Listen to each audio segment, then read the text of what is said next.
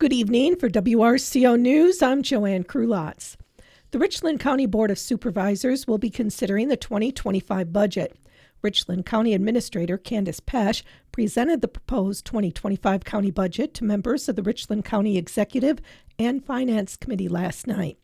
The preliminary budget revenue and expense is $42.5 million. The revenue includes taxes from sales tax, interest on taxes, and MFL forest crop. The tax levy, which funds the gap between revenues and expenses, state aid, regulation, and compliance payments in the form of fines, forfeitures, and various fees, public charges for services and fees, and investment income. The largest portion of revenue comes from public charges for services. It is 38% of the revenue, or over $16 million.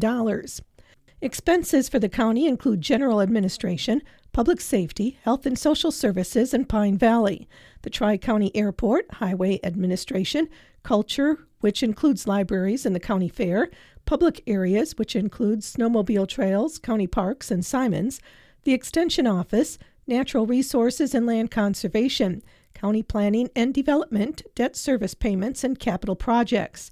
The largest expense to the county is public safety.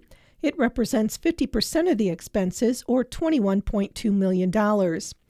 Budget highlights include an increase in investment income of $150,000, a 5% wage pool to offset a wage study being integrated into the current budget, and a reduction in short-term borrowing for capital improvement projects of $408,800. No general fund balance, contingency funds, or ARPA funds were used to balance the budget. This budget, as presented, does not include a request by Sheriff Clay Porter for an additional patrol deputy, which would allow the department to fill the position of court security. Porter stated that the court security is required by state statute, and Pesch said that it has been ordered by the state Supreme Court. This position would increase the budget by around $50,000. Finalists for the 2024 Community and Economic Development Awards have been announced by the Wisconsin Economic Development Association. The awards were established by WIDA to recognize and celebrate businesses, projects, organizations, and communities that are making significant contributions to Wisconsin's economy. 3 economic development projects or programs were selected in each of the 4 Community and Economic Development Awards categories: business retention and expansion, community impact, real estate redevelopment and reuse, and talent attraction, development, and retention. Finalists in the community impact category include Gays Mills Uptown Development. This award recognizes innovation in community development that promotes and advances health and economic prosperity in Wisconsin communities. Nominations should demonstrate how a program, project, or initiative meet at least one of the following: development or expansion of the community's entrepreneurial ecosystem, development of quality placemaking or placekeeping initiatives, redevelopment of blighted buildings into a project that has revitalized the community, or development of downtown or Main Street workforce housing. The winners in each category will be announced at the awards ceremony luncheon Thursday, September 26th, as part of WIDA's Fall Best Practices Conference in Eau Claire. Small business owners are experiencing a decrease in sales. The NFIB Small Business Optimism Index fell by 2.5 points in August to 91.2, erasing all of July's gain. This is the 32nd consecutive month below the 50-year average of 98. The Uncertainty Index rose to 92, its highest level since October 2020. Inflation remains the top issue among small business owners, with 24% of owners reporting it as their top small business operating issue, down 1 point from July. A seasonally adjusted 40% of all small business owners reported job openings they could not fill in their current period, up 2 points from July. Of the 62% of owners hiring or trying to hire in August, 90% reported few or no qualified applicants for the positions they were trying to fill. 56% of owners reported capital outlays in the last 6 months, up 2 points from July. A net negative 16% of all owners reported higher nominal sales in the past 3 months. The net percent of owners expecting higher real sales volumes fell 9 points to a net negative 18%. The net percent of owners reporting inventory gains was unchanged at a net negative 9%, seasonally adjusted. A net negative 5% of owners viewed current inventory stocks as too low in August, down 1 point from July. The net percent of owners raising average selling prices fell 2 points from July to a net 20% seasonally adjusted. 24% of owners reported that inflation was their single most important problem in operating their business. Unadjusted 15% reported lower average selling prices, and 34% reported higher average prices.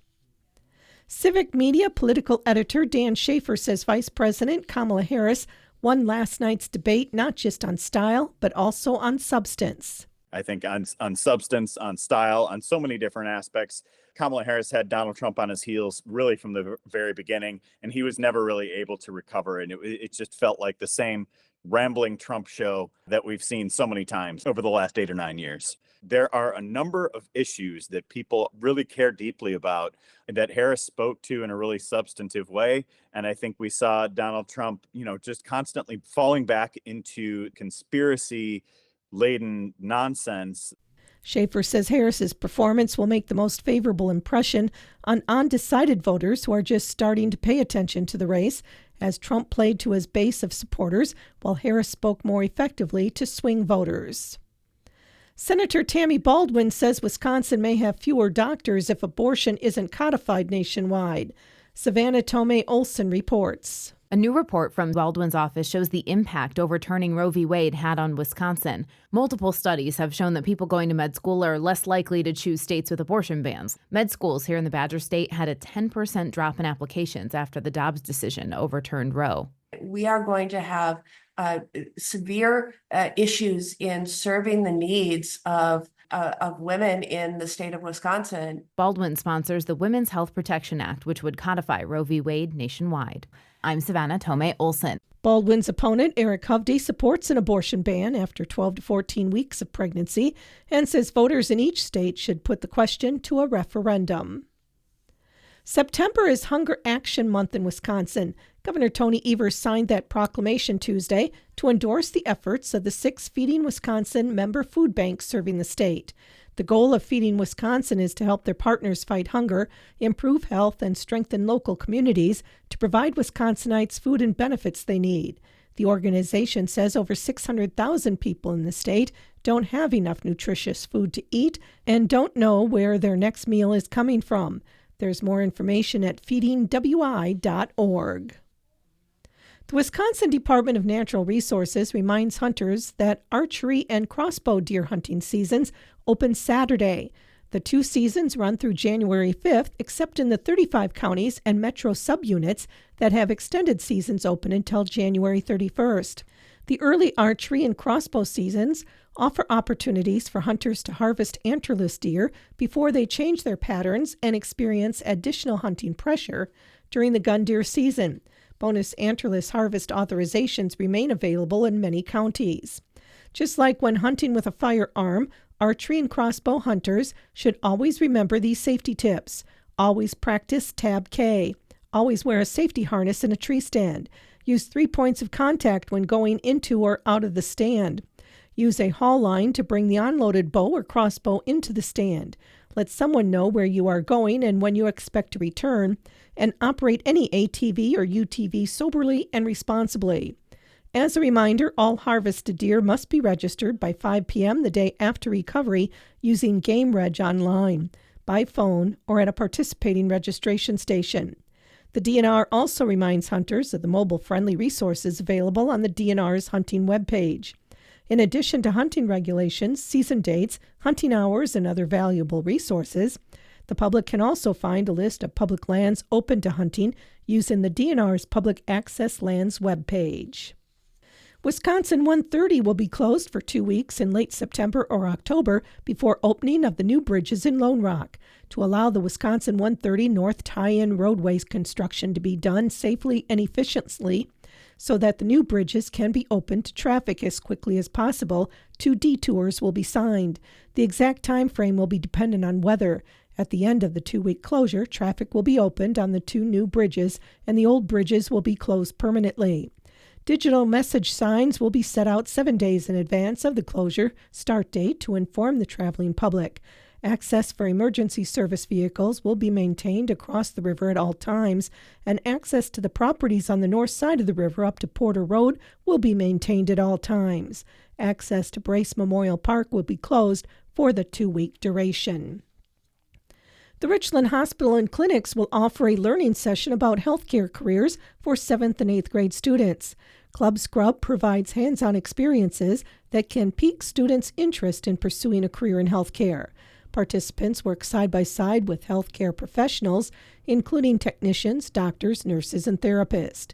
Club Scrub is free, but space is limited. Sign up as soon as possible. Sessions will be held on 4 consecutive Tuesdays, October 8th, 15th, 22nd, and 29th, from 3:45 to 5:15 at the Richland Hospital and Clinics. The registration deadline is Friday, September 27th. Contact Sarah Stibbe at 608-647-6321, extension 2203 to receive a registration form.